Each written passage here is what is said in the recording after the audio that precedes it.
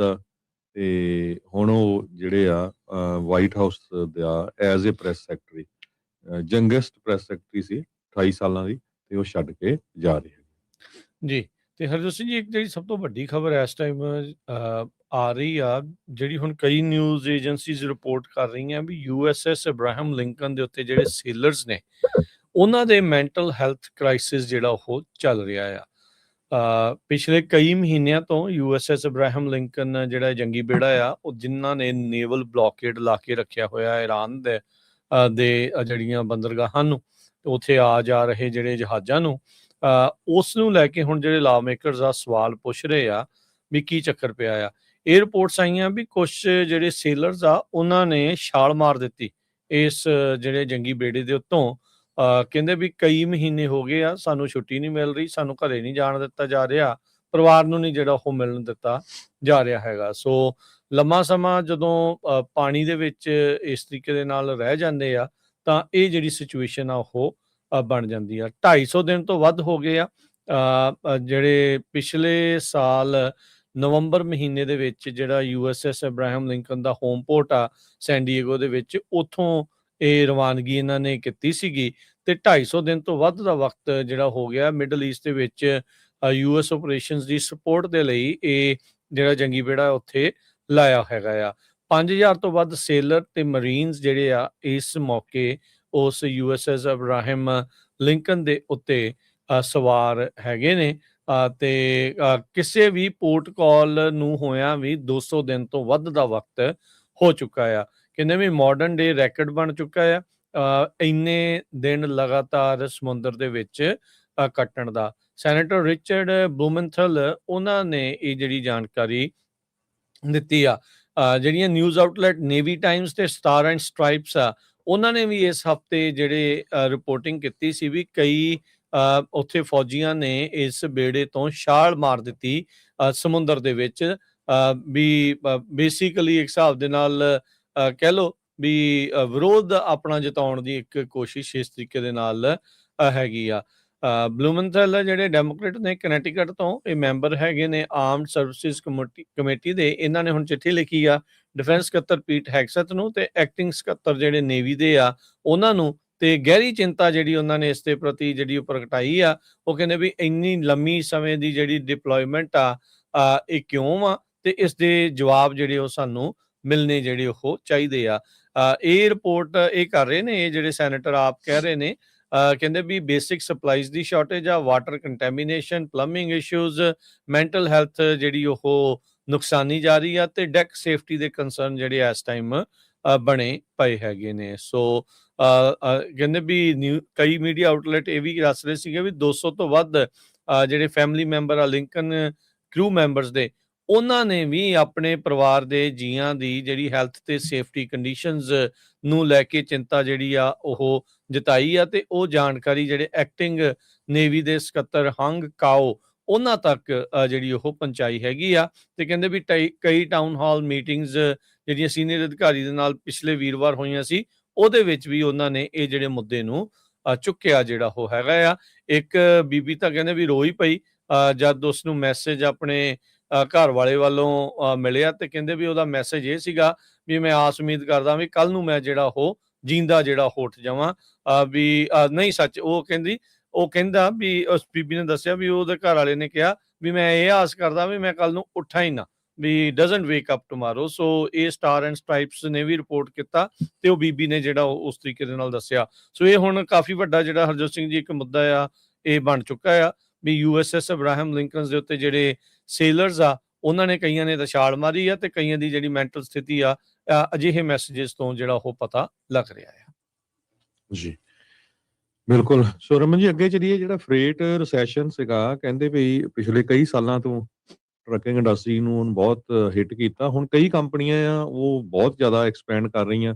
ਨਵੀਂ ਜਿਹੜੀ generation of logistic companies ਹੈਗੀਆਂ ਉਹਨਾਂ ਨੂੰ ਨਵੀਆਂ ਓਪਰਚੁਨਿਟੀਜ਼ ਮਿਲ ਰਹੀਆਂ ਹੈਗੀਆਂ, ਤੇ ਹੁਣ ਜਿਹੜਾ ਆ ਬਿਜ਼ਨਸ ਬੂਮ ਕਰ ਰਿਹਾ ਉਹਨਾਂ ਲਈ।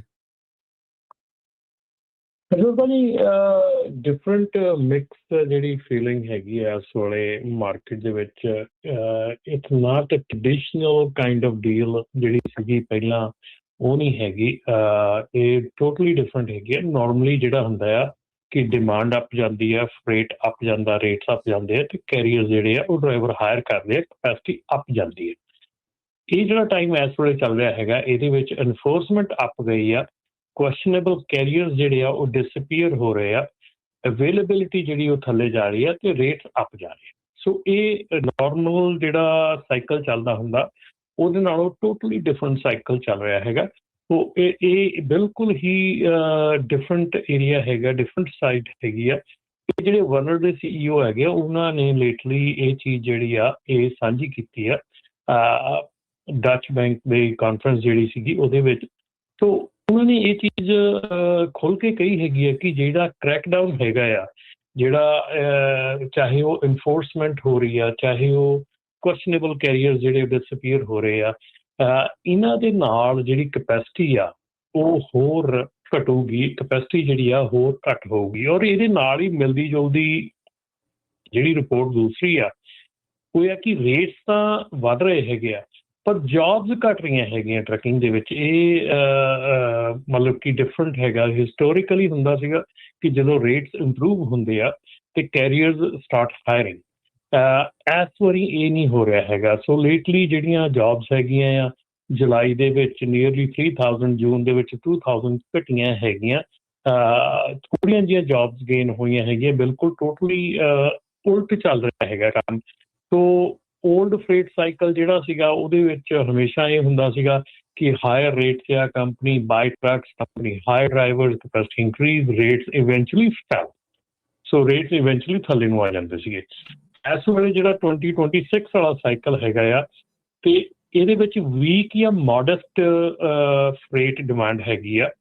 ਕੈਰੀਅਰਸ ਜਿਹੜੇ ਆ ਮਾਰਕੀਟ ਛੱਡ ਰਹੇ ਆ। ਕਿਉਂ? ਉਹਦੇ ਵਿੱਚ ਜਾਂ ਤਾਂ ਇਨਫੋਰਸਮੈਂਟ ਆ, ਜਾਂ ELD ਇਨਫੋਰਸਮੈਂਟ ਆ, ਲਾਅ ਇਨਫੋਰਸਮੈਂਟ ਆ, ਨਾਨ ਡੋਮਿਸਾਈਲ ਆ, ਕਿਸੇ ਵੀ ਰੀਜ਼ਨ ਕਰਕੇ ਕੈਰੀਅਰ ਜਿਹੜੇ ਆ ਉਹ ਮਾਰਕੀਟ ਛੱਡ ਰਹੇ ਆ। ਰੈਗੂਲੇਟਰੀ ਇਨਫੋਰਸਮੈਂਟ ਜ਼ਿਆਦਾ ਹੋ ਰਹੀ ਆ। ਜਿਹੜੀ ਰਿਮੇਨਿੰਗ ਕਪੈਸਿਟੀ ਆ ਉਹ ਟਾਈਟਰ ਹੋ ਰਹੀ ਆ। ਰੇਟਸ ਜਿਹੜੇ ਆ ਇਨਕਰੀਜ਼ ਹੋ ਰਹੇ ਆ, ਤੇ ਸਰਵਾਈਵਿੰਗ ਕੈਰੀਅਰ ਜਿਹੜੇ ਆ ਉਹ ਜਿਹੜੇ ਆ ਉਹਨਾਂ ਨੂੰ ਸਮਾਂ ਮਿਲ ਰਿਹਾ ਇਸ ਵੇਲੇ ਕਿ ਦੇ ਕੈਨ ਹਾਇਰ ਔਰ ਦੇ ਕੈਨ ਡੂ ਬੈਟਰ ਇਨ ਦਰ ਕੰਪਲਾਇੰਸ। ਸੋ ਬਹੁਤ ਮਿਕਸ ਜਿਹੜੀ ਇਸ ਵੇਲੇ ਜਿਹੜੀਆਂ ਚੀਜ਼ਾਂ ਚੱਲ ਰਹੀਆਂ ਹੈਗੀਆਂ, ਕਿਉਂਕਿ ਅੱਜ ਤੱਕ ਰੈਗੂਲਰ ਸਾਈਕਲ ਚੱਲਦਾ ਰਹਿੰਦਾ ਸੀਗਾ, ਪਰ ਆਹ ਜਿਹੜਾ ਹੁਣ ਐਨਫੋਰਸਮੈਂਟ ਦਾ ਸਾਈਕਲ ਚੱਲਿਆ ਹੈਗਾ ਨਾਲ ਸੈਪਰੇਟ, ਇਹਨੇ ਬਹੁਤ ਚੀਜ਼ਾਂ ਦੇ ਜਿਹੜੇ ਆ ਜਿਹੜਾ ਰੁੱਖ ਆ ਉਹ ਬਦਲ ਦਿੱਤਾ। ਜੀ ਬਿਲਕੁਲ। ਕੁਛ ਕੰਪਨੀਆਂ ਕਹਿੰਦੇ ਬੜੀ ਤੇਜ਼ੀ ਨਾਲ ਐਕਸਪੈਂਡ ਹੋ ਰਹੀਆਂ ਹੈਗੀਆਂ, ਤੇ ਕੁਛ ਕੰਪਨੀਆਂ ਜਿਹੜੀਆਂ ਆਊਟ ਆਫ ਬਿਜ਼ਨਸ ਜਾ ਰਹੀਆਂ ਹੈਗੀਆਂ। ਬਿਲਕੁਲ, ਉਹ ਵੀ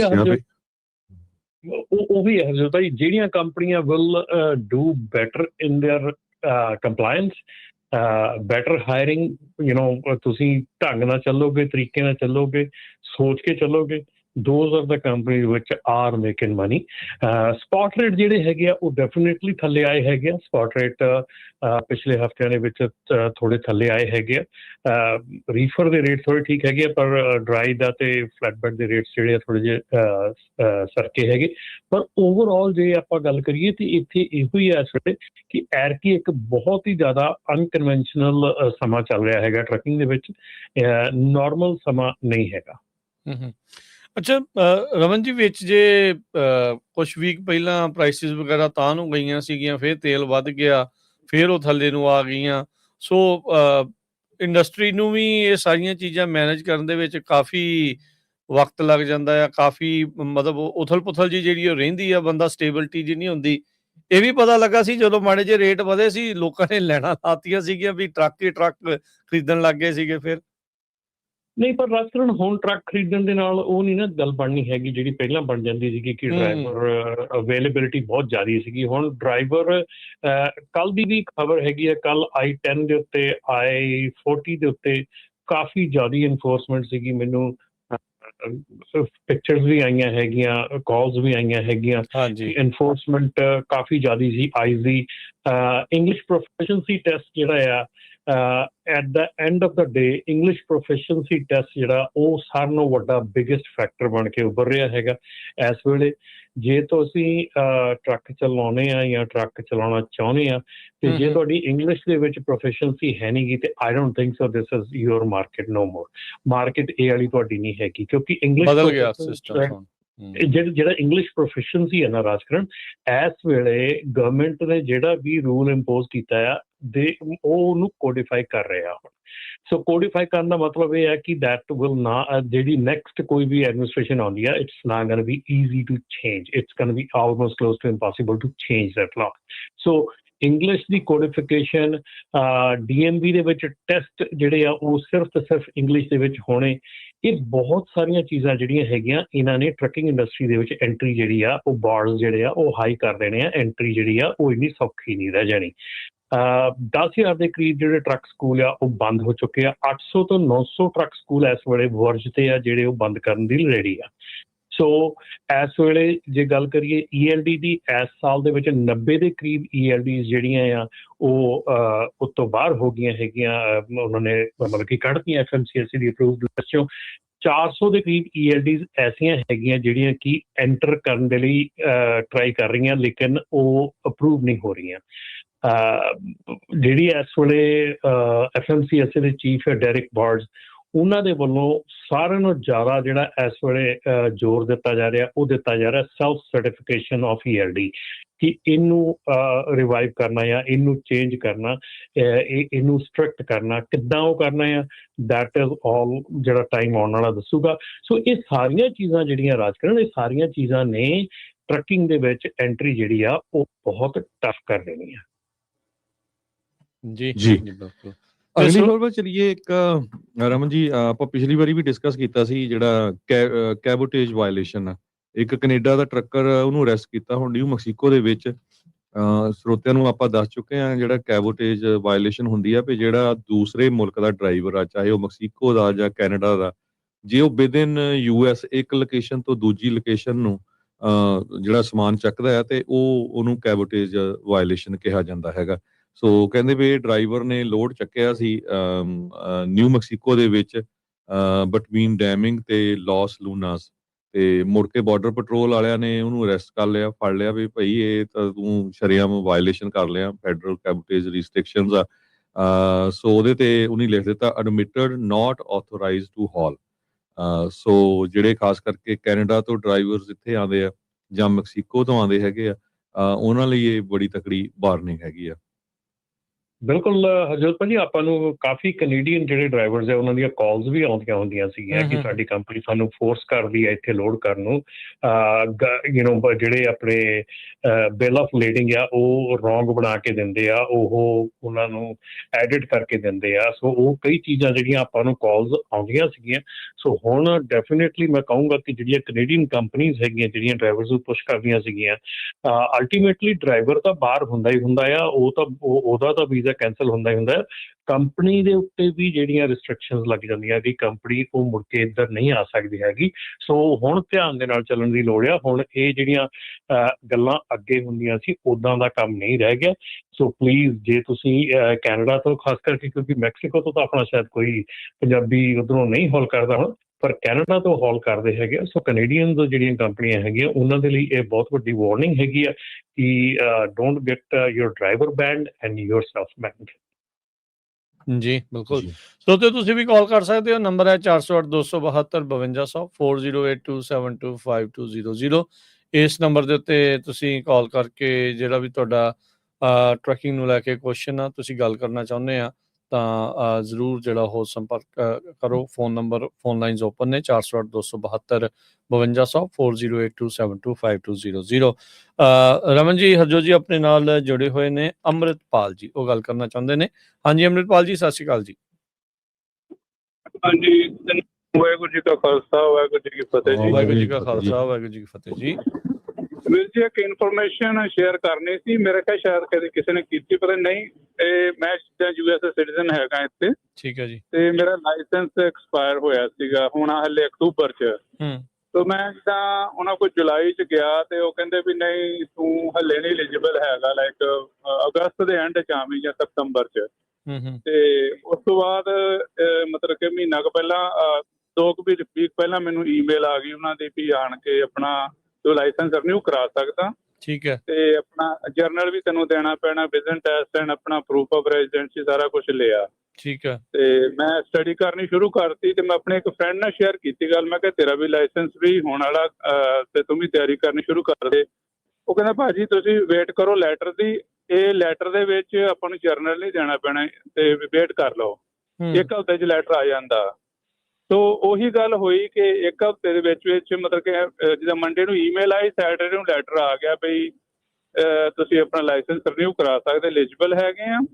ਤੇ ਜਰਨਲ ਦੇਣ ਦੀ ਨਹੀਂ ਉੱਥੇ ਲਿਖਿਆ ਉਹਨਾਂ ਕਿ ਵਿਜ਼ਨ ਟੈਸਟ ਦਿਓ ਤੇ ਆਪਣਾ ਪ੍ਰੂਫ ਆਫ ਰੈਜ਼ੀਡੈਂਸੀ ਲਿਆਓ ਤੇ ਆਣ ਕੇ ਲਾਇਸੈਂਸ ਰਿਨਿਊ ਕਰਾ ਲਓ। ਅੱਛਾ, ਵੀ ਰਿਟਰਨ ਦੀ ਲੋੜ ਨਹੀਂ, ਚਿੱਠੀ 'ਚ ਲਿਖਿਆ ਸੀ? ਹਾਂਜੀ ਚਿੱਠੀ 'ਚ ਲਿਖਿਆ। ਫਿਰ ਮੈਂ ਕਾਲ ਕਰਨੀ ਸੀ, ਮੈਂ ਕਿਹਾ ਪਹਿਲਾਂ ਆਪਾਂ ਇਹਦੇ ਥਰੂ ਲੰਘ ਲਈਏ ਫਿਰ ਹੀ ਕਾਲ ਕਰਾਂਗੇ। ਜ਼ਰੂਰ। ਤੇ ਫਿਰ ਮੈਂ ਜਾ ਕੇ ਉੱਥੇ ਗਿਆ ਤੇ ਉਹਨਾਂ ਨੇ ਵਿਜ਼ਨ ਟੈਸਟ ਹੀ ਲਿਆ, ਫੀਸ ਲਈ ਤੇ ਫੋਟੋ ਤੇ ਥੰਬ ਪ੍ਰਿੰਟ ਲਿਆ। ਠੀਕ ਹੈ। ਤੇ ਉਸ ਤੋਂ ਬਾਅਦ ਮੈਂ ਕਿਹਾ ਹੁਣ ਵੇਟ ਕਰਦੇ, ਫਿਰ ਕੱਲ ਮੇਰਾ ਲਾਇਸੈਂਸ ਆ ਗਿਆ। ਫਿਰ ਮੈਂ ਕਿਹਾ ਹੁਣ ਕਾਲ ਕਰਦੇ ਵੀ ਠੀਕ ਆ, ਫਾਈਨਲ ਜਿਹੜੀ ਇਨਫੋਰਮੇਸ਼ਨ ਆਪਾਂ ਲੰਘੇ ਉਹ ਸੱਚ ਹੈਗੀ। ਥੈਂਕ ਯੂ ਜੀ, ਥੈਂਕ ਯੂ। ਹਾਂਜੀ ਤੇ ਬਾਕੀ ਬਹੁਤ ਧੰਨਵਾਦ ਜੀ ਤੁਹਾਡੀ। ਆਪਾਂ ਖਬਰਾਂ ਰੋਜ਼ ਸੁਣਦੇ ਹੈਗੇ ਆ ਤੇ ਸ਼ਨੀਵਾਰ ਵਾਲਾ ਪ੍ਰੋਗਰਾਮ ਵੀ ਸੁਣੀਦਾ ਤੇ ਆਪਣਾ ਇਹ ਵੀ ਟਰੱਕਿੰਗ ਦਾ ਵੀ ਸੁਣਦੇ ਹੈਗੇ ਆ। ਆਪਾਂ ਨੂੰ ਫ੍ਰੀ ਦੇ ਵਿੱਚ ਮੁਫਤ 'ਚ ਬਹੁਤ ਵਧੀਆ ਤੁਸੀਂ ਇਨਫੋਰਮੇਸ਼ਨ ਦਿੰਦੇ ਆ। ਤੇ ਜਿਸ ਤਰ੍ਹਾਂ ਰਮਨ ਭਾਜੀ ਦੱਸਦੇ ਨੇ, ਜੇਕਰ ਆਪਾਂ ਉਸ ਤਰ੍ਹਾਂ ਚੱਲੀਏ ਤੇ ਆਈ ਡੋਂਟ ਥਿੰਕ ਸੋ ਕਿ ਕਿਸੇ ਨੂੰ ਕੋਈ ਇੱਦਾਂ ਦੀ ਕੋਈ ਮੁਸ਼ਕਿਲ ਆ ਸਕਦੀ ਟਰੱਕਿੰਗ ਦੇ ਵਿੱਚ, ਕੰਮ ਦੇ ਵਿੱਚ ਕੋਈ ਇਸ ਤਰ੍ਹਾਂ ਦਾ। ਬਹੁਤ ਵਧੀਆ ਤਰੀਕੇ ਨਾਲ ਆਪਾਂ ਰੋਟੀ ਕਮਾ ਕੇ ਖਾ ਸਕਦੇ ਹਾਂ ਜੇ ਥੋੜ੍ਹਾ ਜਿਹਾ ਸੰਜਮ ਨਾਲ ਤੇ ਕੰਪਲਾਇੰਸ ਨਾਲ ਚੱਲੀਏ ਤੇ। ਇੰਨੀ ਕੀ ਹਾਂਜੀ, ਥੈਂਕ ਯੂ, ਧੰਨਵਾਦ ਜੀ ਤੁਹਾਡਾ। ਬਹੁਤ ਸੋਹਣੀ, ਬਹੁਤ ਵਧੀਆ ਇਨਫੋਰਮੇਸ਼ਨ ਹੁੰਦੀ, ਆਪਣੀਆਂ ਖਬਰਾਂ ਸੱਚੀਆਂ ਹੁੰਦੀਆਂ ਪੰਜਾਬੀ 'ਚ, ਮੁਫਤ 'ਚ ਇੰਨੀ ਸਾਨੂੰ ਇਨਫੋਰਮੇਸ਼ਨ ਮਿਲਦੀ ਹੈ। ਬਹੁਤ ਬਹੁਤ ਧੰਨਵਾਦ। ਮਹਾਰਾਜ ਚੜ੍ਹਦੀ ਕਲਾ ਰੱਖਣ ਜੀ। ਵਾਹਿਗੁਰੂ ਜੀ ਕਾ ਖਾਲਸਾ, ਵਾਹਿਗੁਰੂ ਜੀ। ਬਹੁਤ ਸ਼ੁਕਰੀਆ, ਧੰਨਵਾਦ ਜੀ। ਸੋ ਰਮਨ ਜੀ, ਇਹਦਾ ਮਤਲਬ ਇਹ ਆ ਜਿਹੜੀ ਇਹਨਾਂ ਦੀ ਇਹ ਗੱਲ ਆ ਵੀ ਈਮੇਲ ਦੇ ਵਿੱਚ ਉਹ ਸਭ ਕੁਛ ਲਿਖ ਦਿੰਦੇ ਆ ਤੇ ਬਾਅਦ ਦੇ ਵਿੱਚ ਕਰੈਕਸ਼ਨ ਕਰਕੇ ਘੱਲਦੇ ਆ।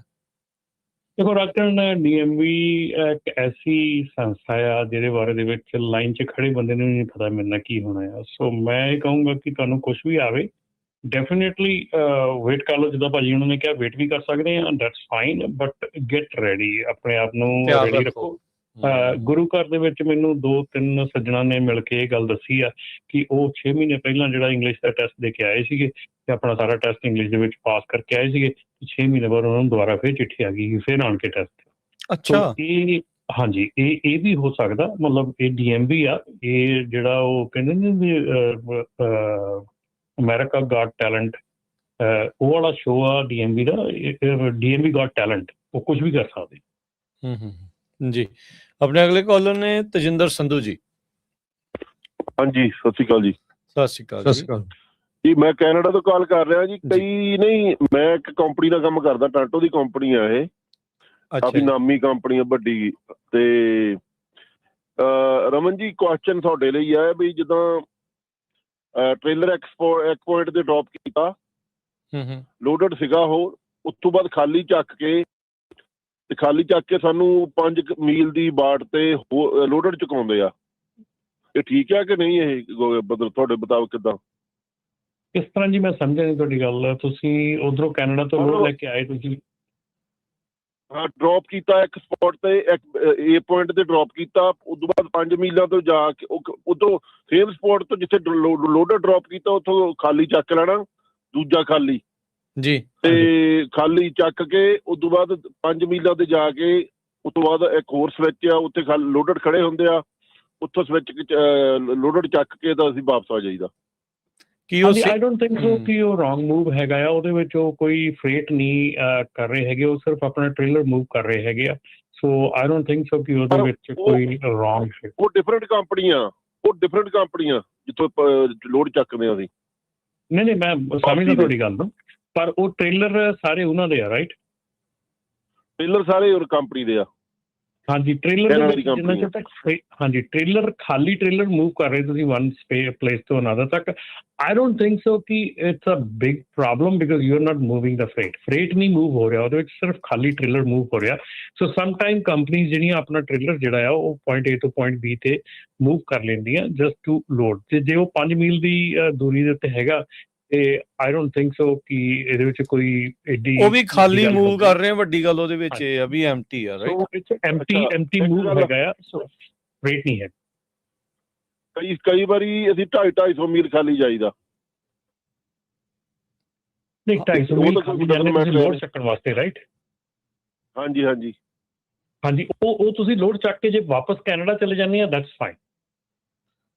ਠੀਕ ਹੈ, thank you very much. America ਦੇ ਵਿੱਚ ਇੱਕ ਲੋਕੇਸ਼ਨ ਤੋਂ ਚੱਕ ਕੇ ਦੂਜੀ ਲੋਕੇਸ਼ਨ ਅਮਰੀਕਾ 'ਚ ਛੱਡਣਾ, ਉਹ ਕੈਬੋਟੇਜ ਆ।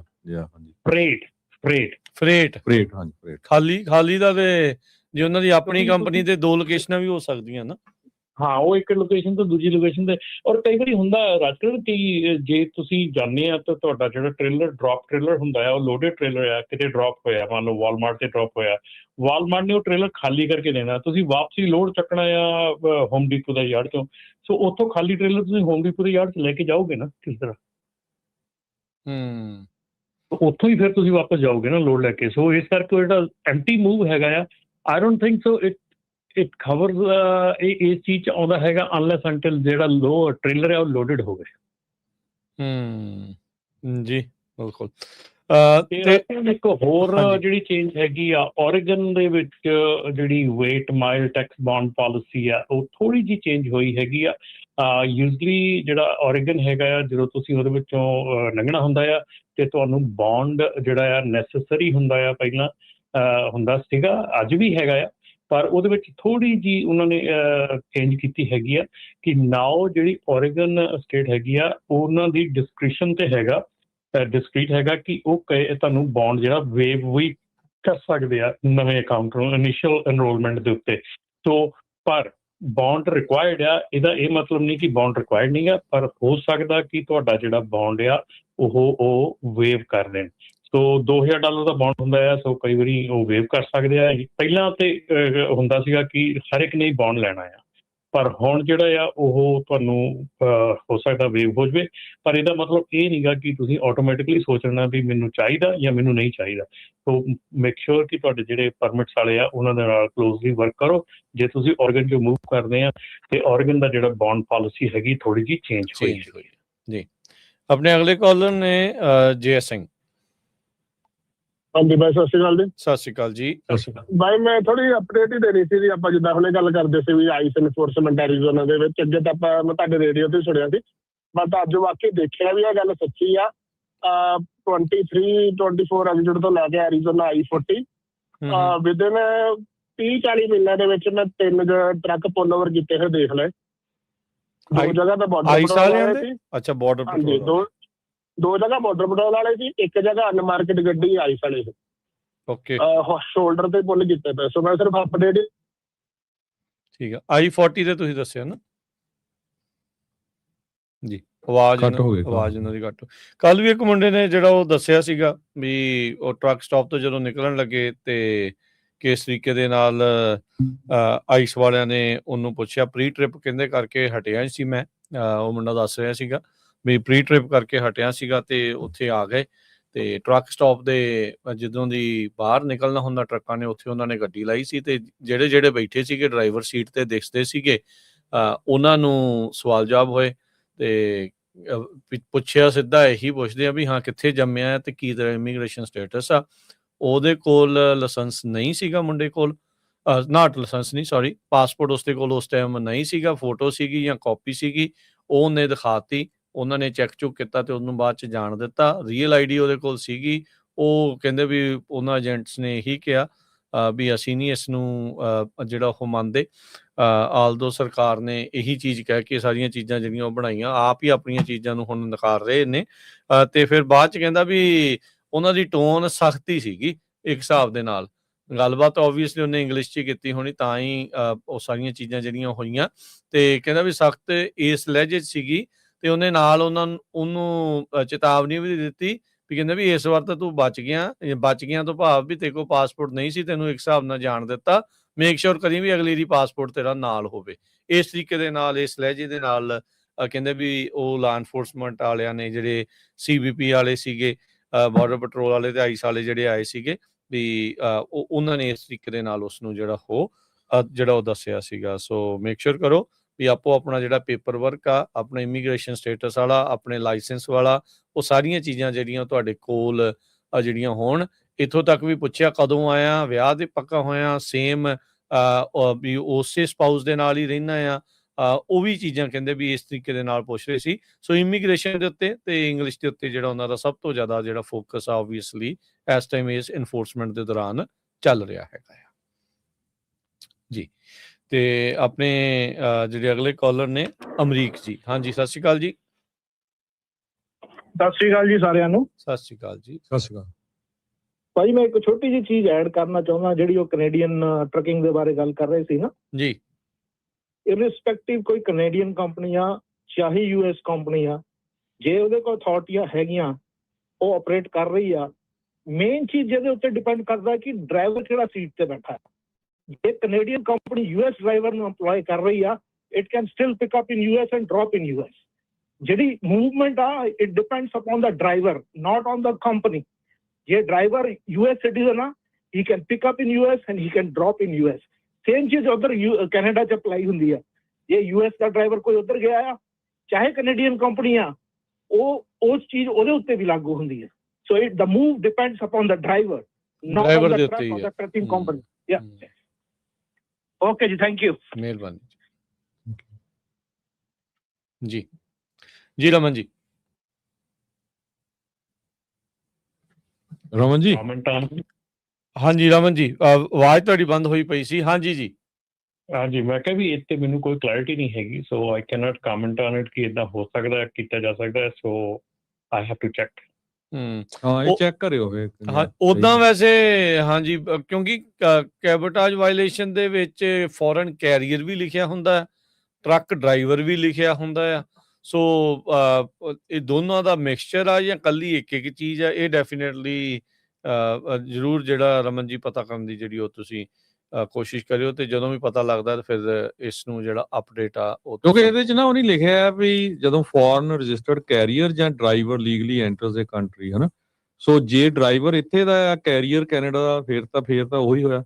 ਪਰ ਇਹਨੂੰ ਕਲੀਅਰ ਕਰਿਓ ਜਿੱਦਾਂ ਚੈੱਕ ਕਰਕੇ ਨਾ ਕਿ CHP ਨਾ ਜਾਂ ਜੀ। ਠੀਕ ਹੈ ਜੀ। ਜੀ।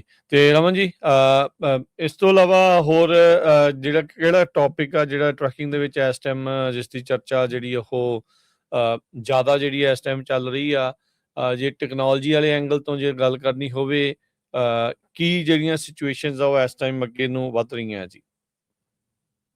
ਬਿਲਕੁਲ ਰਾਜਕਰਨ, ਕਾਫੀ ਚੀਜ਼ਾਂ ਜਿਹੜੀਆਂ ਡਿਵੈਲਪ ਹੋ ਰਹੀਆਂ ਇਸ ਵੇਲੇ। ਜਿਹੜੀ ਇੱਕ ਡਿਵੈਲਪਮੈਂਟ ਹੋਰ ਚੱਲ ਰਹੀ ਆ, ਉਹ ਜਿਹੜੀ ਟਰੱਕਿੰਗ ਲਾਸੂਟ ਹੈਗੇ ਆ, ਜਿਹੜੇ ਨਿਊਕਲੀਅਰ ਵਰਡਿਕਟ ਹੈਗੇ ਆ, ਇਹਨਾਂ ਦੇ ਖਿਲਾਫ ਜਿਹੜੀ ਆ ਰਿਪਰੈਜ਼ੈਂਟੇਟਿਵ ਮਾਈਕ ਫਲੱਡ ਤੇ ਹੋਰ ਜਿਹੜੇ ਲਾਅਮੇਕਰ ਹੈਗੇ ਆ, ਉਹ ਇਹ ਇੰਟਰੋਡਿਊਸ ਕਰ ਰਹੇ ਕਿ ਜਿਹੜਾ ਇਹਨੂੰ ਮਿਸਯੂਜ਼ ਕੀਤਾ ਜਾਂਦਾ ਆ, ਜਿਹੜੀ ਲਾਇਬਿਲਿਟੀ ਇਸ਼ੂਜ਼ ਹੈ, ਇਹਨੂੰ ਮਿਸਯੂਜ਼ ਕੀਤਾ ਜਾਂਦਾ ਆ, ਉਹਦੇ ਲਈ ਜਿਹੜਾ ਆ ਕੁਛ ਨਾ ਕੁਛ ਜਿਹੜਾ ਹੋਣਾ ਚਾਹੀਦਾ ਹੈਗਾ। ਸੋ ਕਈ ਜਿਹੜੇ ਹੈਗੇ ਆ ਉਹ ਮੈਨੂਫੈਕਚਰਰਸ ਦੇ ਉੱਤੇ ਵੀ ਜਿਹੜੇ ਮਤਲਬ ਕਿ ਲਾਸੂਟ ਹੋ ਜਾਂਦੇ ਆ, ਔਰ ਇਹਦੇ ਵਿੱਚ ਇਹ ਕਿਹਾ ਗਿਆ ਕਿ ਜਿਹੜੀ ਵੀ NHTSA ਦੀ ਜਿਹੜੀ ਰਿਕੁਆਇਰਮੈਂਟ ਆ, ਉਹ ਤੋਂ ਬਿਨਾਂ ਜੇ ਕੋਈ ਚੀਜ਼ ਹੈਗੀ ਹੈ, ਜਿੱਦਾਂ ਮੰਨ ਲਓ ਕਿ ਇੰਪੋਰਟੈਂਟ ਹੈਗਾ ਕਿ ਜੇ ਮੰਨ ਲਓ ਕੋਈ ਐਕਸੀਡੈਂਟ ਹੋ ਜਾਂਦਾ ਆ, imagine a truck comply with every applicable federal equipment requirement, ਹੈ ਨਾ। ਆਫਟਰ ਕ੍ਰੈਸ਼ ਜਿਹੜਾ ਪਲੈਂਟਿਵ ਹੈ ਉਹ ਆਰਗਿਊ ਕਰਦਾ ਕਿ ਕੈਰੀਅਰ ਦੇ ਕੋਲ ਆਪਸ਼ਨ ਸੀਗੀ ਕਿ ਐਡੀਸ਼ਨਲ ਟੈਕਨੋਲੋਜੀ ਜਿਹੜੀ ਆ ਉਸ ਟਰੱਕ ਦੇ ਵਿੱਚ ਉਹ ਇੰਸਟਾਲ ਕਰ ਸਕਦਾ ਸੀਗਾ, ਤੇ ਉਹਨੇ ਨਹੀਂ ਕੀਤੀ, ਜਿਹੜੀ ਕਿ wasn't a federally required. Because of that, the carrier was negligent.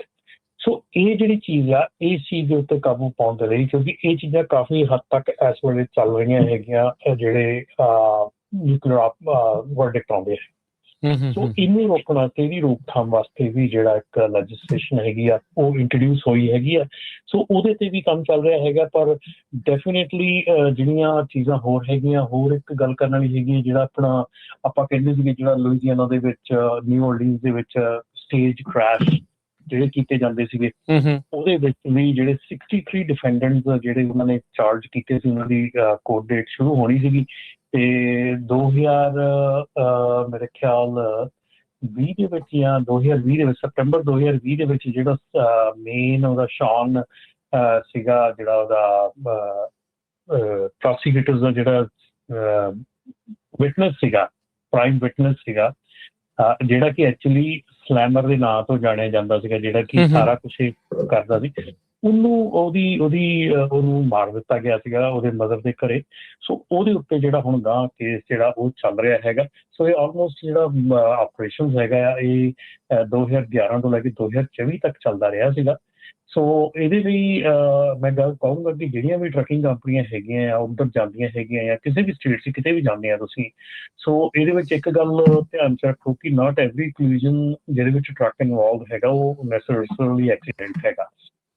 ਇੱਥੇ ਫਿਰ ਅਗੇਨ ਅਸੀਂ ਕਹਾਂਗੇ ਕਿ dash cam specially forward facing camera and also driver facing camera, ਇਹ ਦੋਨੋਂ ਪਾਸੇ ਜਿਹੜਾ ਆ ਇਹ ਬਹੁਤ ਜ਼ਿਆਦਾ ਕ੍ਰੂਸ਼ਲ ਹੈਗਾ।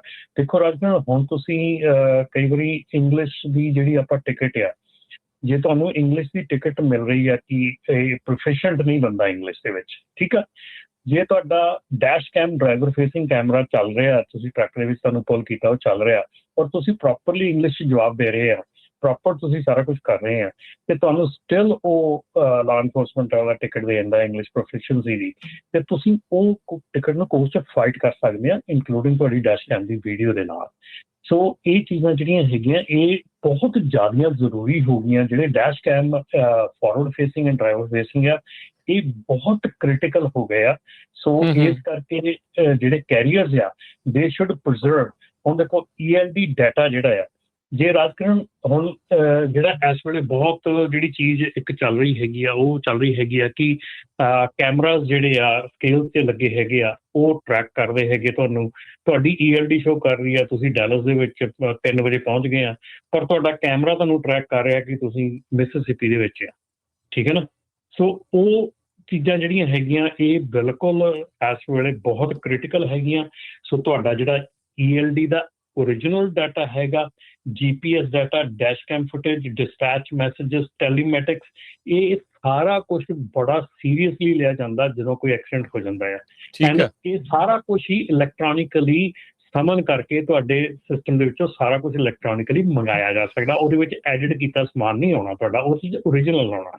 ਅੱਛਾ, ਸੋ ਇਹ ਚੀਜ਼ਾਂ ਜਿਹੜੀਆਂ ਹੈਗੀਆਂ ਇਹ ਹੁਣ ਇਹ ਸੋ ਬੇਸਿਕਲੀ ਟਰੱਕਾਂ ਦਾ ਬਲੈਕ ਬਾਕਸ ਜਿੱਦਾਂ ਜਹਾਜ਼ਾਂ ਦਾ ਹੁੰਦਾ। ਹਾਂਜੀ ਹਾਂਜੀ, ਸੋ ਪ੍ਰੀਟੀ ਮਚ ਐਵਰੀਥਿੰਗ ਅਵੇਲੇਬਲ ਆ। ਕਿਉਂਕਿ ਹੁਣ ਉਹਨਾਂ ਨੇ ਇਹ ਥੋੜ੍ਹੀ ਕਹਿਣਾ ਵੀ ਤੁਹਾਨੂੰ ਟਰੱਕਿੰਗ ਕੰਪਨੀ ਨੂੰ ELD ਦਾ ਡਾਟਾ ਮੰਗਵਾਉਣਾ ਹੈ, ਉਹਨਾਂ ਨੇ ਕੰਪਨੀ ਨੂੰ ਕਾਲ ਕਰਨੀ ਹੈ, ਸਮਨ ਭੇਜਣਾ ਵੀ ਆ ਫਲਾਣੀ ਕੰਪਨੀ ਦਾ ਫਰੰਟ ਰੱਖਣਾ, ਆਹ ਸਾਰਾ ਤੁਹਾਨੂੰ ਡਾਟਾ ਦੇ ਦਿਓ, ਠੀਕ ਹੈ। ਤੇ ਉੱਥੋਂ ਸਾਰਾ ਕੁਝ ਤੁਹਾਡਾ ਮਿਲ ਜਾਣਾ ਹੈ, ਡੈਸ਼ ਕੈਮ ਦੀ ਫੁਟੇਜ ਮਿਲ ਜਾਣੀ ਹੈ, GPS ਡਾਟਾ ਮਿਲ ਜਾਣਾ ਹੈ, ਡਿਸਪੈਚ। ਸੋ ਫਾਰ ਏਦਾਂ ਹੋਇਆ ਹੈ ਜਾਂ ਇਹ ਸੋਚਿਆ ਜਾ ਰਿਹਾ ਏਦਾਂ ਕਰਨ ਦਾ? ਨਹੀਂ ਹੁੰਦਾ ਹੈ ਰਾਜਕਰਨ। ਅੱਛਾ, ਆਲਰੇਡੀ ਹੁੰਦਾ ਹੈ, ਠੀਕ ਹੈ। ਐਕਚੁਅਲੀ ਜਿਹੜਾ ਇਸ ਵੇਲੇ ਜਿਹੜਾ ਮੈਂ ਨਿਊਜ਼ ਜਿੰਨੀਆਂ ਪੜ੍ਹ ਰਿਹਾ ਹੈਗਾ ਜਾਂ ਜਿੰਨੀਆਂ ਮੈਂ ਸਟੱਡੀ ਕਰ ਰਿਹਾ ਹੈਗਾ ਪਿੱਛੇ ਜੀ, it's biggest trend going on ਕਿ ਇਹਨਾਂ ਚੀਜ਼ਾਂ ਦੇ ਉੱਤੇ ਬਿਗੇਸਟ ਜਿਹੜੇ ਸਪੀਨਾਜ਼ ਆ ਉਹ ਇਸ਼ੂ ਹੋ ਰਹੇ ਆ ਇਸ ਵੇਲੇ।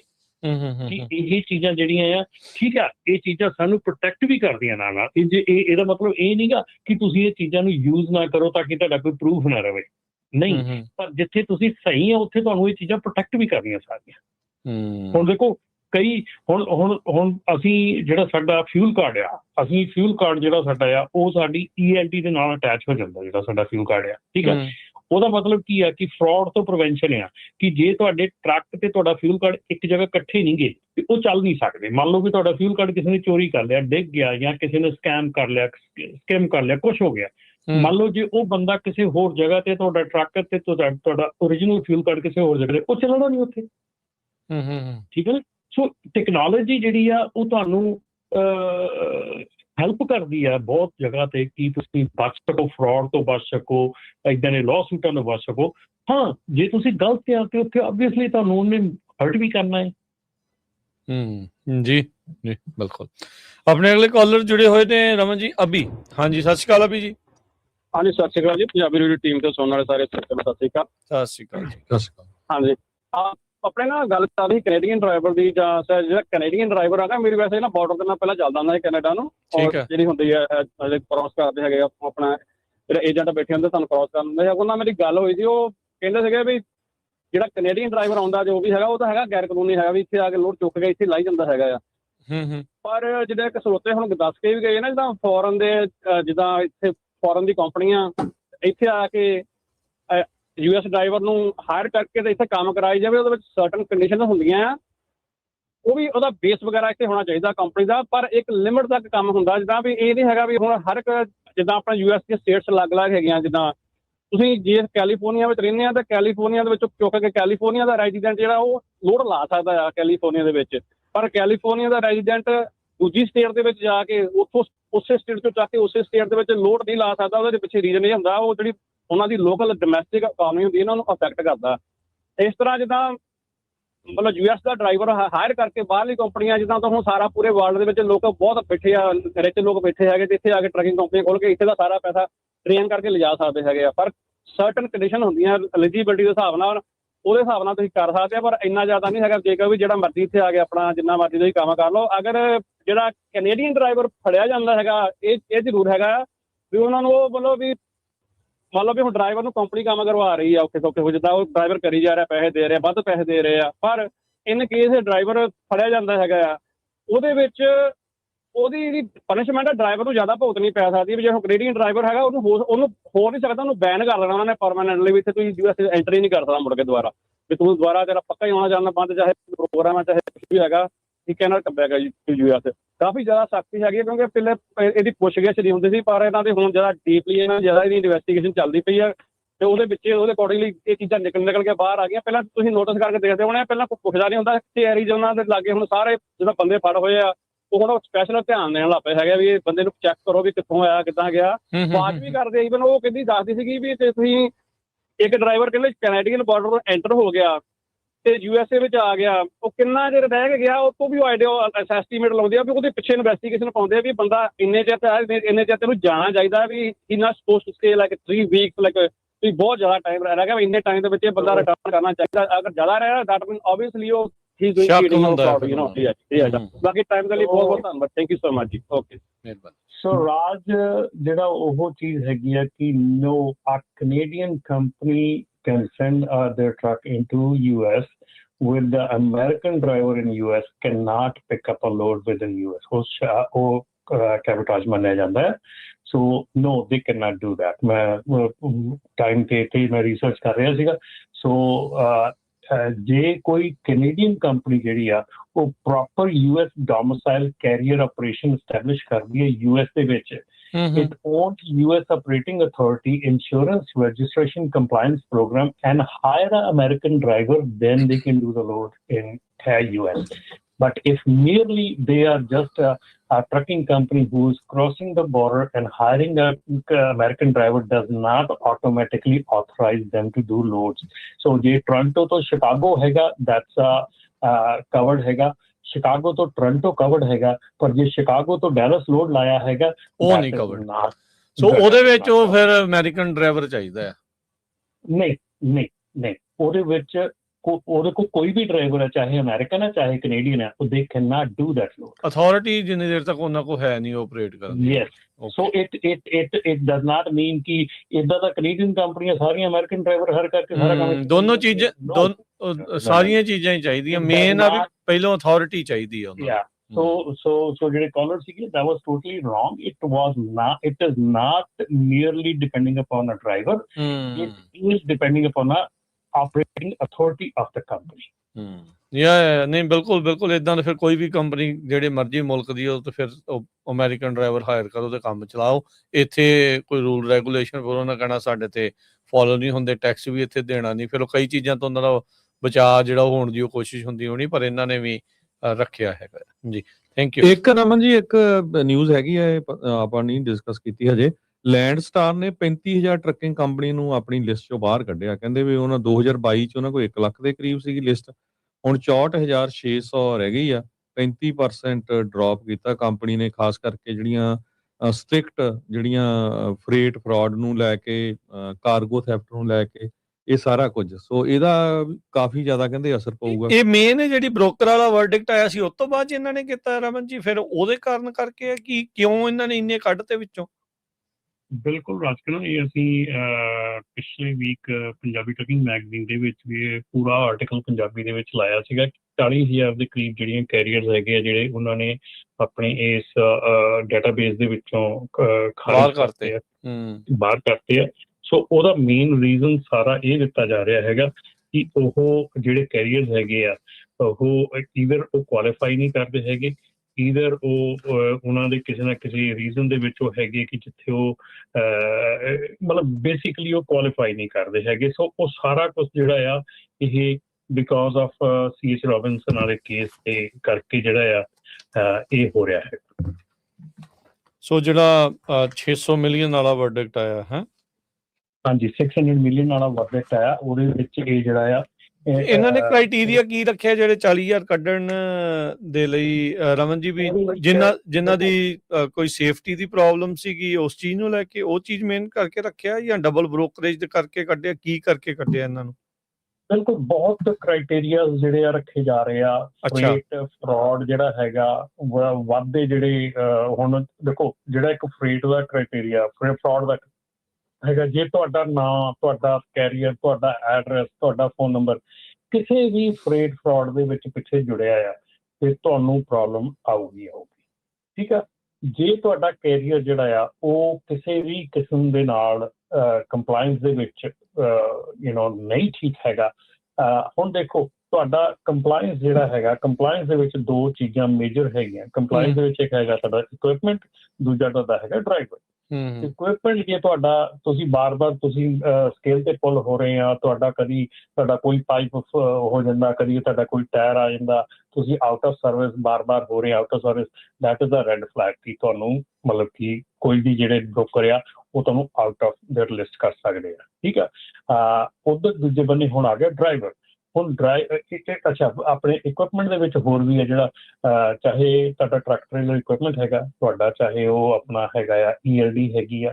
ਦੂਜੇ ਬੰਨੇ ਜਿਹੜਾ ਡਰਾਈਵਰ ਹੈਗਾ, ਜਿਹੜਾ ਸੈਕਿੰਡ ਪਾਰਟ ਹੈਗਾ ਡਰਾਈਵਰ ਦੀ, ਹੁਣ ਇਕੱਲਾ ਇਹ ਨਹੀਂ ਗਾ ਕਿ ਡਰਾਈਵਰ ਤੁਹਾਡਾ ਇੰਗਲਿਸ਼ ਬੋਲਦਾ ਆ, ਇਹ ਤਾਂ ਜ਼ਰੂਰੀ ਆ, ਡਰਾਈਵਰ ਤੁਹਾਡਾ ਇੰਗਲਿਸ਼ ਬੋਲਦਾ ਹੋਣਾ ਚਾਹੀਦਾ, ਆਲ ਉਹਦੀ ਸਾਰਾ ਕੁਛ ਠੀਕ ਹੋਣਾ ਚਾਹੀਦਾ। ਹੁਣ ਸਾਰਿਆਂ ਨੂੰ ਵੱਡਾ ਜਿਹੜਾ ਪ੍ਰੋਬਲਮ ਇਸ ਵੇਲੇ ਆ ਰਹੀ ਹੈ ਕਿ ਤੁਸੀਂ ਡਰਾਈਵਰ ਹਾਇਰ ਕਰਨ ਵੇਲੇ ਕਿਹੜੀਆਂ ਚੀਜ਼ਾਂ ਜਿਹੜੀਆਂ ਕਿ ਰਿਕੁਆਇਰਡ ਬਾਈ ਫੈਡਰਲ ਗਵਰਨਮੈਂਟ ਹੈਗੀਆਂ ਉਹ ਪੂਰੀਆਂ ਕੀਤੀਆਂ। ਸੋ ਜੇ ਤੁਸੀਂ ਤੁਹਾਡਾ ਡਰਾਈਵਰ ਵੀ ਠੀਕ ਆ, ਸਭ ਕੁਝ ਠੀਕ ਆ, ਠੀਕ ਆ, ਜੇ ਤੁਸੀਂ ਉਸ ਡਰਾਈਵਰ ਨੂੰ ਰੈਂਡਮ ਮੈਨੇਜਮੈਂਟ ਦੇ ਵਿੱਚ ਨਹੀਂ ਪਾਇਆ ਹੈਗਾ, then that driver become non compliant. ਜੇ ਡਰਾਈਵਰ ਦਾ ਤੁਹਾਡਾ ਕੋਈ ਵੀ ਐਸੀ ਚੀਜ਼ ਹੈਗੀ ਜਿਹੜੀ ਡਰਾਈਵਰ ਦੇ ਵਿੱਚ ਤੁਹਾਨੂੰ ਲੱਗ ਰਹੀ ਹੈ ਕਿ ਤੁਸੀਂ ਉਹਨੂੰ ਹਾਇਰ ਕਰਨ ਲੱਗਿਆ ਉੱਤੇ ਅਣਗਹਿਲੀ ਕੀਤੀ ਆ, that will consider as a non compliant and it will go against your company if there is any lawsuit. So ਹੁਣ ਇਹ ਸਾਰੀਆਂ ਚੀਜ਼ਾਂ ਜਿਹੜੀਆਂ ਆ ਇਹ ਚੀਜ਼ਾਂ ਬ੍ਰੋਕਰ ਦੇਖ ਰਿਹਾ ਕਿਉਂਕਿ ਠੀਕ ਹੈ ਜੀ ਤੁਹਾਡਾ ਇਕੁਇਪਮੈਂਟ ਖਰਾਬ ਰਹਿੰਦਾ ਜਾਂ ਤੁਹਾਡੇ ਡਰਾਈਵਰ ਜਿਹੜੇ ਹਾਇਰ ਕੀਤੇ ਆ ਤੁਸੀਂ ਉਹ ਸਾਡੇ ਜਦੋਂ ਉੱਥੇ ਜਾਂਦੇ ਆ ਵੇਅਰ ਹਾਊਸ 'ਤੇ ਜਾਂਦੇ ਆ ਉਹ ਤਾਂ ਗਲਤ ਚੱਜ ਨਾਲ ਗੱਲ ਨਹੀਂ ਕਰਦੇ ਜਾਂ ਉਹਨਾਂ ਨੂੰ ਇੰਗਲਿਸ਼ 'ਚ ਗੱਲ ਨਹੀਂ ਕਰਨੀ ਆਉਂਦੀ ਜਾਂ whatever case whatever reason is. ਠੀਕ ਹੈ, ਹੁਣ ਮੰਨ ਲਓ ਤੁਹਾਨੂੰ ਟਿਕਟ ਮਿਲਦੀ ਆ ਤੁਹਾਡੇ 'ਚ, ਉਹਦੇ 'ਚ ਦੇਖਿਆ ਜਾਂਦਾ ਵੀ ਤੁਸੀਂ ਇੱਕ ਡਰਾਈਵਰ ਐਸਾ ਹਾਇਰ ਕੀਤਾ ਸੀਗਾ ਜਿਹੜਾ ਕਿ ਪੋਜ਼ੀਟਿਵ ਡਰੱਗ ਟੈਸਟ ਵਾਲਾ ਸੀਗਾ, ਉਹਦੇ ਡਰੱਗ ਟੈਸਟ ਨਹੀਂ ਹੋਏ ਹੈਗੇ। ਠੀਕ ਹੈ, ਹੁਣ ਉਹ ਜਿਹੜੀ ਚੀਜ਼ ਆ ਉਹ ਤੁਹਾਡੇ ਅਗੇਂਸਟ ਜਾਣੀ ਆ, ਤੁਹਾਨੂੰ ਬ੍ਰੋਕਰ ਨਾ ਕਰ ਸਕਦਾ ਕਿ ਤੁਹਾਡੀ ਹਾਇਰਿੰਗ ਨੈਗਲੀਜੈਂਸ ਹੈਗੀ ਆ। ਠੀਕ ਹੈ। ਸੋ ਇਹ ਸਾਰੀਆਂ ਚੀਜ਼ਾਂ ਜਿਹੜੀਆਂ ਅਕਾਊਂਟੇਬਿਲਿਟੀ ਆ ਰਹੀ ਹੈ ਬੇਸਿਕਲੀ ਇਹੋ ਜਿਹੀਆਂ ਚੀਜ਼ਾਂ 'ਚ ਹੁਣ। ਹਾਂਜੀ ਅਕਾਊਂਟੇਬਿਲਿਟੀ ਤਾਂ 100% ਆ, ਇਹਦਾ ਲੋੜ ਵੀ ਆ ਵੈਸੇ ਹਰ ਇੱਕ ਜਗ੍ਹਾ ਅਕਾਊਂਟੇਬਿਲਿਟੀ ਦੀ। ਸਾਰਾ ਤੁਹਾਡਾ ਸੇਫਟੀ ਰੈਕਡ ਤੁਹਾਡੇ, ਮੈਂ ਜਿੱਦਾਂ ਪਿਛਲੀ ਵਾਰੀ ਰਾਜੂ ਗੱਲ ਇਹ ਕੀਤੀ ਸੀਗੀ ਕਿ ਜੇ ਕੋਈ ਵੀ ਰੱਬ ਨਾ ਕਰੇ ਕਿਸੇ ਦਾ ਕੋਈ ਐਕਸੀਡੈਂਟ ਹੋ ਜਾਂਦਾ ਆ ਤੇ ਉਹ ਜਿਹੜਾ ਐਕਸੀਡੈਂਟ ਆ ਉਸ ਤੋਂ ਬਾਅਦ ਜਦੋਂ ਲਾਅ ਐਨਫੋਰਸਮੈਂਟ ਤੁਹਾਡੇ ਕੋਲ ਪੇਪਰ ਮੰਗਦਾ, ਜੇ ਤੁਸੀਂ ਉਹ ਸਾਰੇ ਦਸਤਾਵੇਜ਼ ਜੇ ਸਾਰੇ ਪੇਪਰ ਵਰਕ ਤੁਸੀਂ ਵਿਦਿਨ 24 ਆਵਰ ਨਹੀਂ ਪ੍ਰੋਵਾਈਡ ਕਰ ਸਕਦੇ ਤੇ you are non compliant. Simple is that. ਜੇ ਤੁਸੀਂ ਆਪਣੇ ਆਪ ਨੂੰ ਅੱਜ ਵੀ ਮੈਂ ਇਹੋ ਗੱਲ ਕਹੂੰਗਾ ਕਿ ਆਪਣੇ ਆਪ ਨੂੰ ਤੁਸੀਂ ਦੇਖੋ, ਪਰਖੋ, ਇਹ ਤੁਹਾਨੂੰ ਕੋਈ ਕਿਸੇ ਨੂੰ ਦੱਸਣ ਦੀ ਲੋੜ ਨਹੀਂ, ਤੁਹਾਨੂੰ ਆਪਣੇ ਆਪ ਨੂੰ ਪਤਾ ਹੋਊਗਾ ਕਿ ਜੇ ਮੇਰੀ ਕੰਪਨੀ 'ਚ ਕੋਈ ਇੱਦਾਂ ਦਾ ਕੰਮ ਹੋ ਜਾਂਦਾ, ਕੀ ਮੇਰੇ ਪੇਪਰ ਵਰਕ ਲਾਈਨਡ ਅਪ ਆ, ਕੀ ਮੇਰੀ ਸਾਰੀ ਹਾਇਰਿੰਗ ਠੀਕ ਆ, ਕੀ ਮੇਰੇ ਪੇਪਰ ਸਾਰੇ ਇਸ ਵੇਲੇ ਅਵੇਲੇਬਲ ਆ, ਜੇ ਮੇਰੇ ਕੋਲ ਕੱਲ ਹੋ ਜਾਵੇ ਕੁਛ ਮੈਂ ਪ੍ਰੋਵਾਈਡ ਕਰ ਸਕਦਾ ਕਿ ਨਹੀਂ ਕਰ ਸਕਦਾ। ਜੀ ਸਮਾਂ ਆਪਣਾ ਸਮਾਪਤੀ ਤੇ ਇੱਕ ਕਾਲਰ ਆਪਾਂ ਲੈ ਕੇ ਫਿਰ ਆਪਾਂ ਸਮਾਪਤੀ ਵੱਲ ਨੂੰ ਜਿਹੜਾ ਵਧਾਂਗੇ। ਜਗਰੂਪ ਜੀ ਸਤਿ ਸ਼੍ਰੀ ਅਕਾਲ ਜੀ। ਹਾਂਜੀ ਸਤਿ ਸ਼੍ਰੀ ਅਕਾਲ ਜੀ ਤਿੰਨਾਂ ਵੀਰਾਂ ਨੂੰ, ਸੁਣਨ ਵਾਲੇ ਸਰੋਤਿਆਂ ਨੂੰ ਜੀ ਸਤਿ ਸ਼੍ਰੀ ਅਕਾਲ ਜੀ। ਹਾਂਜੀ ਮੈਂ ਮਾੜੀ ਅਪਡੇਟ ਦੇਣੀ ਹੈ ਜੀ, ਜਿਹੜੀ ਆਪਾਂ ਗੱਲ ਕਰ ਰਹੇ ਸੀ ਕੈਨੇਡੀਅਨ ਕੰਪਨੀਆਂ ਜਾਂ ਇੱਧਰ ਕੰਮ ਕਰਦੀਆਂ ਨੇ ਜਾਂ ਉੱਧਰ। ਮੇਰੇ ਨਾ ਇੱਕ ਡਰਾਈਵਰ ਵੀ ਸੀਗੇ, ਵਾਕਫ ਵੀ ਨੇ, ਰਿਸ਼ਤੇਦਾਰ ਵੀ ਨੇ, ਉਹ ਆਪਣੇ ਬੇਟੇ ਕੋਲੇ ਕੈਨੇਡਾ ਮੂਵ ਹੋ ਗਏ ਤੇ ਉਹਨਾਂ ਨੇ ਕੁਛ ਸਮਾਂ ਵਿਹਲੇ ਰਹੇ ਤੇ ਫਿਰ ਕੈਨੇਡੀਅਨ ਕੰਪਨੀ 'ਚ ਕੰਮ ਕਰਨ ਲੱਗ ਗਏ। ਮੈਂ ਉਹਨਾਂ ਨੂੰ ਬੇਨਤੀ ਵੀ ਕੀਤੀ ਵੀ ਤੁਸੀਂ ਲੀਗਲ ਨਹੀਂ ਕੈਨੇਡਾ 'ਚ ਕੰਮ ਕਰ ਸਕਦੇ, ਤੁਸੀਂ ਉੱਥੇ ਵਿਜ਼ਟਰ ਗਏ ਹੋਏ ਹੋ, ਵੀ ਪੰਗਾ ਪਊਗਾ ਤੁਹਾਨੂੰ, ਤੁਹਾਡੀ ਕੰਪਨੀ ਵੀ ਕੈਨੇਡੀਅਨ ਆ। ਉਹ ਕਹਿੰਦੇ ਵੀ ਕੰਪਨੀ ਨੇ ਵੈਰੀਫਾਈ ਕੀਤਾ, ਕੰਪਨੀ ਚਾਹੁੰਦੀ ਸੀ ਵੀ ਅਮਰੀਕਨ ਲਾਇਸੈਂਸ ਆ, ਅਸੀਂ ਲੋਕਲ ਲੋਡ ਜਿਵੇਂ ਰਮਨ ਭਾਜੀ ਦੱਸ ਕੇ ਹਟਿਆ ਵੀ ਚੁਕਵਾ ਲਿਆ ਕਰਾਂਗੇ, ਇੱਥੋਂ ਕੈਲੀਫੋਰਨੀਆ ਤੋਂ ਚੁਕਾਇਆ, ਸ਼ਿਕਾਗੋ ਲਾਤਾ ਜਾਂ ਡੈਲਸ ਲਾਤਾ, ਉੱਥੋਂ ਚੰਗਾ ਪ੍ਰਾਈਸ ਮਿਲਦਾ, ਗਾਂ ਨੂੰ ਟਰਾਈਐਂਗਲ ਬਣਾ ਲਿਆ ਕਰਾਂਗੇ। ਉਹ ਚਲੋ ਅਮਰੀਕਾ 'ਚ ਤਾਂ ਹਲੇ ਕੋਈ ਇਸ਼ੂ ਆਇਆ ਨਾ। ਤੀਜੇ ਕੇ ਗੇੜੇ ਜਦੋਂ ਟੋਰਾਂਟੋ ਵਾਲੀ ਸਾਈਡ ਤੋਂ ਉਹ ਇੱਧਰੋਂ ਵੈਨਕੂਵਰ ਤੋਂ ਐਂਟਰ ਹੋਏ, ਘੁੰਮ ਕੇ ਟੋਰਾਂਟੋ ਵਾਲੀ ਬਾਰਡਰ ਤੋਂ ਜਦੋਂ ਕੈਨੇਡਾ ਬਣ ਲੱਗੇ, 2 ਗੇੜੇ ਲੱਗ ਗਏ। ਤੀਜੇ ਗੇੜੇ ਟੋਰਾਂਟੋ ਵਾਲਿਆਂ ਨੇ ਕੱਢ ਲਿਆ ਉਹਨਾਂ ਨੂੰ। ਉਹ ਕਹਿੰਦੇ ਵੀ ਤੂੰ ਤਾਂ ਡਰਾਈਵ ਹੀ ਨਹੀਂ ਕਰ ਸਕਦਾ ਸੀ ਕੈਨੇਡੀਅਨ ਕੰਪਨੀ 'ਚ। ਉਹ ਬੰਦੇ ਨੂੰ ਫੜਿਆ ਤੇ ਸਾਲ ਲਈ ਬੈਨ ਕਰ ਦਿੱਤਾ ਤੇ ਉੱਥੋਂ ਹੀ ਉਹਨੂੰ ਕਹਿੰਦੇ ਵੀ ਵਾਪਸ ਆਉਣ, ਤੂੰ ਕੈਨੇਡਾ ਨਹੀਂ ਵੜ ਸਕਦਾ। ਜੋ ਕੁਛ ਆ ਟਰੱਕ 'ਚ ਕੱਪੜਾ ਜਿਹੜਾ ਕੱਢ ਤੇ ਵਾਪਸ ਆਪਣਾ ਅਮਰੀਕਾ ਜਾਂ ਫਿਰ ਉਹ ਫਲਾਈ ਕਰਕੇ ਇੱਥੇ ਵਾਪਸ ਆਏ ਆ ਨਾ। ਸੋ ਮੁਸ਼ਕਿਲਾਂ ਇਹ ਆ ਵੀ ਆਉਂਦੀਆਂ ਨੇ। ਆਪਣੇ ਵੀਰਾਂ ਨੂੰ ਬੇਨਤੀ ਆ ਵੀ ਇਹੋ ਜਿਹੇ ਕੰਮਾਂ ਤੋਂ ਬਚੋ। ਕੈਨੇਡੀਅਨ ਕੰਪਨੀ ਕੈਨੇਡਾ 'ਚ ਕੰਮ ਕਰ ਸਕਦੀ ਆ, 1 ਪਿਕ ਡਰੋਪ ਕਰਕੇ ਵਾਪਸ ਚੱਕ ਸਕਦੀ ਆ। ਲੋਕਲ ਅਮਰੀਕਾ 'ਚ ਚੱਕ ਕੇ ਲਾ ਨਹੀਂ ਸਕਦੇ। ਕਾਫੀ ਇਸ਼ੂ ਏਦਾਂ ਦੇ ਆਉਂਦੇ ਨੇ ਜੀ। ਸੋ ਇਹ ਬੇਨਤੀ ਕਰਨੀ ਸੀ। ਧੰਨਵਾਦ ਜੀ। ਧੰਨਵਾਦ, ਥੈਂਕ ਯੂ ਜੀ। ਜਾਂਦੇ ਜਾਂਦੇ ਰਮਨ ਜੀ, ਇੱਕ ਜਿਹੜਾ ਉਹ ਫਾਰਮ ਹੈਗਾ ਟੈਕਸ ਦਾ 2290, ਉਹਦੀ ਡੈਡਲਾਈਨ ਅਗਸਤ 31 ਆ ਸ਼ਾਇਦ, ਹੈ ਨਾ? ਉਹ ਵੀ ਇੱਕ ਵਾਰੀ ਸਰੋਤਿਆਂ ਨੂੰ ਰਿਮਾਈਂਡ ਕਰਾ ਦਿਓ। ਇਹ ਮੈਨੂੰ ਲੱਗਦਾ ਜਿਹੜੇ ਕਾਰਪੋਰੇਸ਼ਨ ਦਾ ਉਹਨਾਂ ਦਾ ਆ। ਰੋਡ ਟੈਕਸ, ਹਾਂਜੀ ਰੋਡ ਟੈਕਸ ਹੈਗਾ ਆ, ਉਹ ਬਿਲਕੁਲ ਇਸ ਵੇਲੇ ਡਿਊ ਹੈਗਾ, 1 ਮਹੀਨਾ ਰਹਿ ਗਿਆ ਹੈਗਾ। ਤੇ ਜੇ ਤੁਸੀਂ ਨਹੀਂ ਭਰਿਆ ਹੈਗਾ ਤਾਂ ਡੈਫੀਨੇਟਲੀ ਜਿੰਨੀ ਜਲਦੀ ਹੋ ਸਕਦਾ ਆਪਣਾ ਟੈਕਸ ਭਰੋ। ਈਜ਼ੀ ਆ, ਸੌਖਾ ਆ। ਅੱਜ ਕੱਲ੍ਹ ਬਹੁਤ ਸਰਵਿਸਿਜ਼ ਅਵੇਲੇਬਲ ਹੈ ਜਿਹਦੇ ਉੱਤੇ ਜਾ ਕੇ ਤੁਸੀਂ ਆਪਣਾ ਟੈਕਸ ਭਰ ਸਕਦੇ ਹੋ। ਆਨਲਾਈਨ ਸਰਵਿਸਿਜ਼ ਅਵੇਲੇਬਲ ਹੈ ਜੀ। ਕੁਲਵਿੰਦਰ ਜੀ, ਸਤਿ ਸ਼੍ਰੀ ਅਕਾਲ। ਹੈਲੋ, ਸਤਿ ਸ਼੍ਰੀ ਅਕਾਲ ਜੀ ਭਾਜੀ। ਸਤਿ ਸ਼੍ਰੀ ਅਕਾਲ ਜੀ। ਸਤਿ ਸ਼੍ਰੀ ਅਕਾਲ। ਹਾਂਜੀ ਭਾਜੀ, ਮੈਂ ਆਪਣੇ ਗੱਲ ਕਰਨੀ ਸੀ ਪੰਜਾਬੀ ਰੇਡੀਓ USA ਬਾਰੇ। ਅਸੀਂ ਜਦੋਂ ਨਾ ਇੱਥੇ ਆਏ ਹਾਂ USA ਜੀ, ਅਸੀਂ ਉਦੋਂ ਦੇ ਇਹਨੂੰ ਸੁਣਦੇ ਹਾਂ। ਉਦੋਂ ਪਹਿਲਾਂ ਨੰਬਰਾਂ 'ਤੇ ਕਾਲ ਕਰਕੇ ਸੁਣਦੇ ਹੁੰਦੇ ਸੀ, ਤਾਂ ਹੁਣ ਤੇ ਇਹ ਬੰਦੇ ਆਪਣੇ ਜਦੋਂ ਆਪਾਂ ਨਿਊਜ਼ ਸੁਣਦੇ ਆ ਨਾ, ਤੇ ਕਈ ਆਪਣੇ ਬੰਦਿਆਂ ਨੂੰ ਜਦੋਂ ਦੱਸੀਦਾ ਵੀ ਬਾਹਰ ਵੀ ਹੁਣ ਸਖਤੀ ਹੋਈ ਉਹ ਵੀ ਥੋੜਾ ਧਿਆਨ ਨਾਲ ਜਾਇਓ। ਉਹ ਸਾਨੂੰ ਪਹਿਲਾਂ ਕਹਿੰਦੇ ਜੀ ਬੰਦੇ ਵੀ ਤੁਸੀਂ ਰੇਡੀਓ ਕਿਹੜਾ ਸੁਣਦੇ ਆ, ਅਸੀਂ ਪੰਜਾਬੀ ਰੇਡੀਓ USA। ਤੇ ਉਹ ਕਹਿੰਦੇ ਯਾਰ ਉਹ ਤਾਂ ਡਰਾਉਂਦੇ ਬਹੁਤ ਵਾ। ਤੇ ਉਹ ਹੁਣ ਬੰਦੇ 2-3 ਏਦਾਂ ਦੇ ਬੰਦੇ ਸਾਨੂੰ ਜਿਹੜੇ ਸਾਡੇ ਨਾਲ ਸੀਗੇ ਹੁੰਦੇ, ਤੇ ਉਹਨਾਂ ਦੀ ਕਾਲਾਂ ਨਹੀਂ ਆਈਆਂ। ਤੇ ਉਹ ਹੁਣ ਪਤਾ ਲੱਗਾ ਵੀ ਬੰਦੇ ਆਈਸ ਨੇ ਫੜੇ ਹੋ ਆ। ਵੀ ਜਦੋਂ ਆਪਾਂ ਕਿਸੇ ਨੂੰ ਅਵੇਅਰ ਕਰਦੇ ਆ, ਉਹ ਬੰਦੇ ਸਮਝਦੇ ਵੀ ਖਰੇ ਸਾਡੇ ਅਗੇਂਸਟ ਆ ਇਹ, ਪਰ ਉਹ ਹੁੰਦਾ ਉਹਨਾਂ ਦੇ ਫੇਵਰ ਹੀ ਆ ਹਨਾ।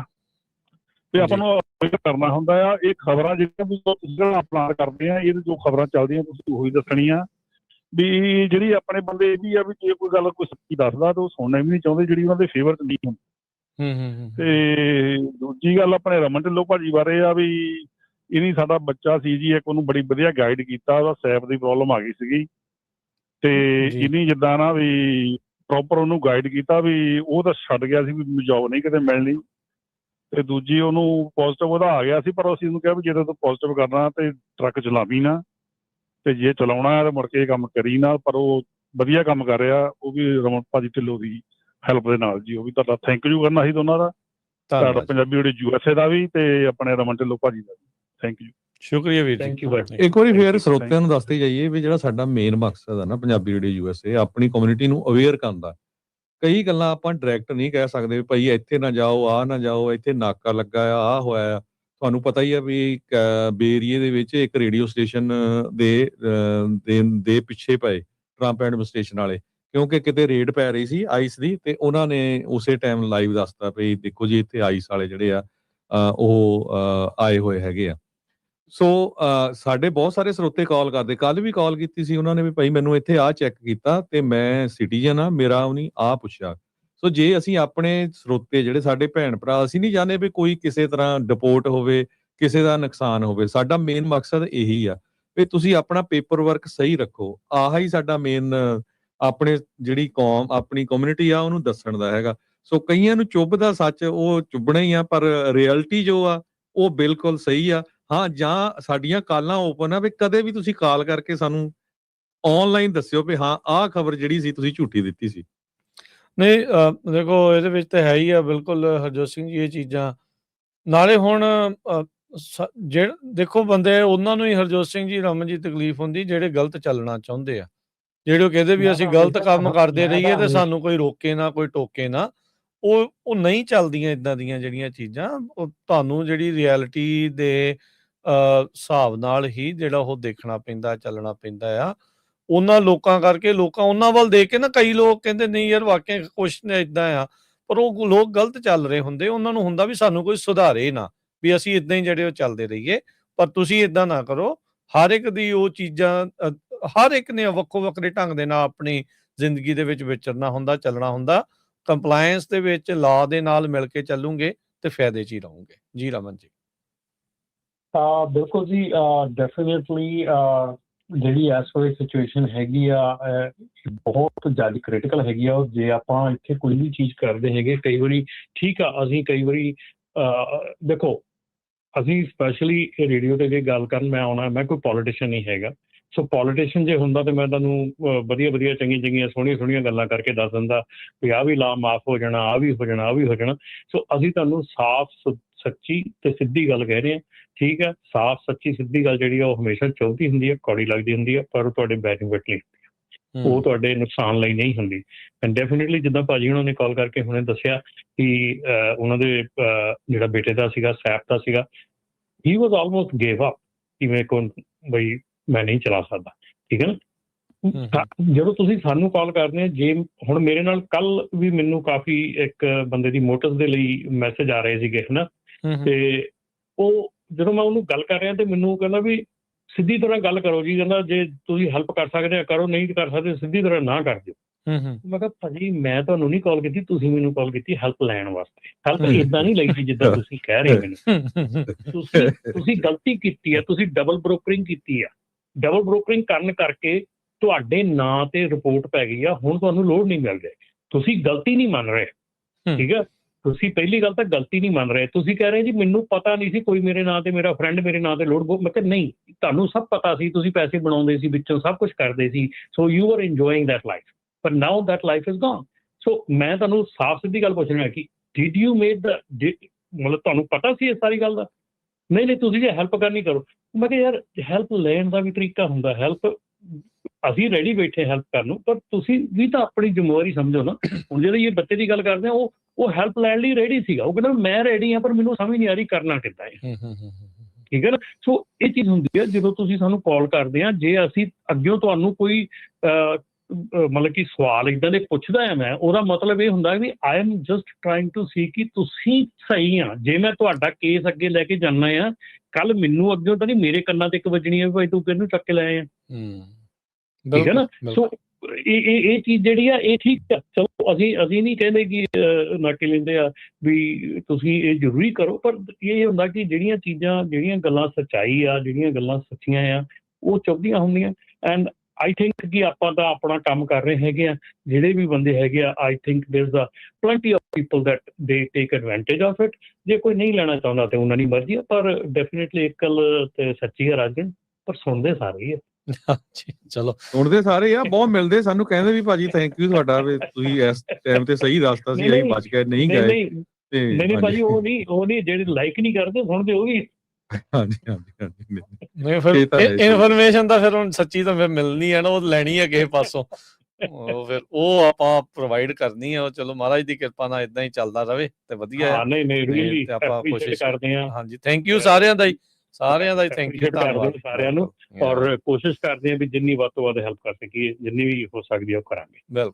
Thank you Raman ji, thank you Harjot ਜੀ। ਮਿਲਦੇ ਹਾਂ ਜੀ ਨੈਕਸਟ ਟਾਈਮ ਤੱਕ। ਅੰਟਿਲ ਨੈਕਸਟ ਟਾਈਮ, ਸਭ ਨੂੰ ਪਿਆਰ ਭਰੀ ਸਤਿ ਸ੍ਰੀ ਅਕਾਲ। ਸਤਿ ਸ੍ਰੀ ਅਕਾਲ।